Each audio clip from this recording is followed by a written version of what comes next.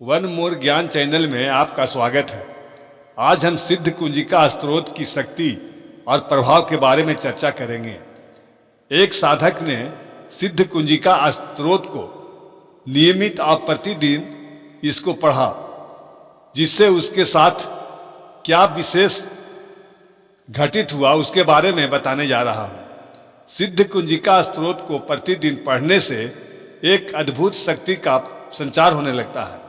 उस साधक के आसपास एक अद्भुत शक्ति का आवरण बनने लगता है और अपने आप को स्फूर्ति और शक्तिशाली महसूस करने लगता है। उसके कठिन से कठिन काम बनने लगते हैं और कवच की तरह उसका घर भी सुरक्षित होने लगता है। उस साधक को मात्र कुंजिका स्त्रोत पढ़ने से ही संपूर्ण दुर्गा पाठ पढ़ने का फल प्राप्त हो जाता है। इस तरह शिव जी ने भी कहा है। इस तरह सिद्ध कुंजिका स्त्रोत अपने आप में पूर्ण है तथा पढ़ने वाले साधक पर देवी की विशेष कृपा बनी रहती है। वह साधक पूर्ण रूप से ऊर्जावान हो जाता है। इसी तरह का पाठ यानी सिद्ध कुंजिका स्त्रोत का साधना एक राजेश नाम का आदमी करता था, जिसने इस पाठ से अपना अनुभव बताया, जो मैं आगे बताने जा रहा हूं। तो राजेश प्रतिदिन सिद्ध कुंजिका स्त्रोत का पाठ करता था। यद्यपि हालांकि वह साधक नहीं था, मंत्र के लिए किसी प्रकार का संकल्प नहीं किया था, प्रतिदिन पढ़ने के नियत भी नहीं रखता था, लेकिन समय मिलने पर पढ़ता था। प्रतिदिन वह साधारण तरीके से पढ़कर उठ जाता था। सिद्ध कुंजिका स्त्रोत छोटा था, इसलिए वह उसे प्रतिदिन पढ़ता था। इसमें क्या ताकत है और क्या शक्ति है, इससे उसे कोई लेना देना नहीं था। वह 100 बार प्रतिदिन पढ़ता था। धीरे धीरे उसका मन इसी में लगने लगा। जिस दिन वह नहीं पढ़ता, उसे बेचैनी सी लगती थी। धीरे धीरे वह महसूस करने लगा था कि उसके शरीर के भीतर एक अजीब सी ऊर्जा फैल गई है। वह एक अलौकिक ताकत का भी अनुभव करता था, लेकिन वह इस पर ध्यान नहीं देता था।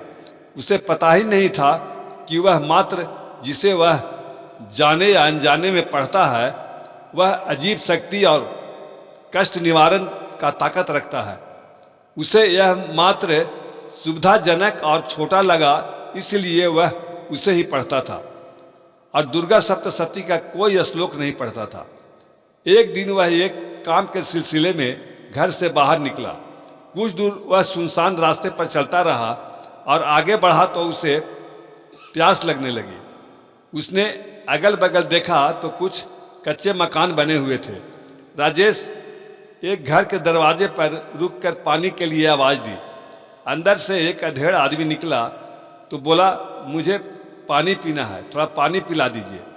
वह आदमी अंदर से एक टूटा हुआ प्लास्टिक के लोटा में पानी लाकर दिया। राजेश दरवाजे के सामने रखे हुए ईंट पर बैठ गया। उस घर की दशा देखकर राजेश समझ गया कि यह अधेड़ आदमी बहुत तंगदस्ती में है। तभी उसकी नज़र दरवाजे से घर के अंदर पड़ी तो उसे घर में से एक धुएं का गुब्बार उड़ता हुआ नजर आया और उस गुब्बार में एक आकृति सी दिखाई पड़ी। वह धुएं का गुब्बारा, जिसमें एक आकृति बनी थी, जो सिर्फ राजेश को ही दिखाई पड़ा, वह दरवाजे से होती हुई बाहर निकली, लेकिन सामने राजेश को बैठा देखकर तुरंत अंदर चली गई।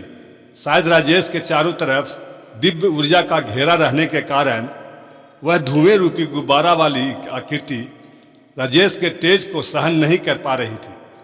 उसे वह फिर घर के अंदर वापस जाते देख राजेश उठकर खड़ा हो गया और आवाज़ दी, रुक जाओ, लेकिन वह धुआं अंदर जाकर गायब हो गया। उसकी आवाज़ सुनकर वह अधेड़ राजेश को देखकर बोला, कौन है? राजेश 2 कदम घर के अंदर चला गया था। उसने फिर आवाज़ दी, कौन है? जो भी है सामने आओ, लेकिन कोई भी सामने नहीं आया।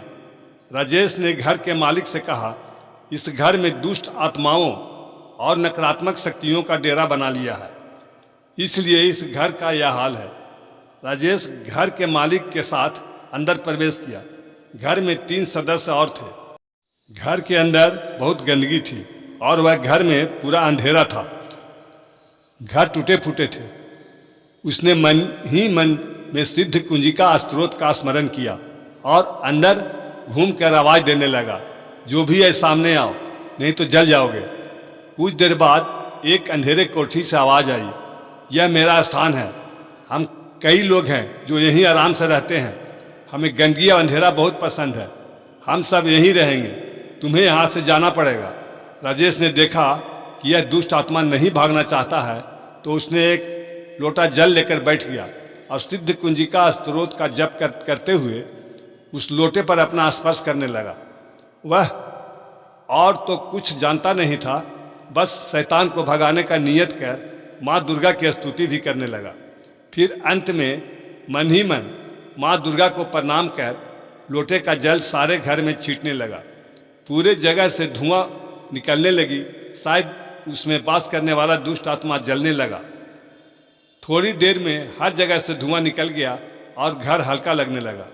राजेश ने घर वाले को वह पानी 1 हफ्ता तक छींटने के कहा। फिर वह चला गया। आज उसे इस मंत्र की शक्ति का अनुभव उसे मिल चुका था।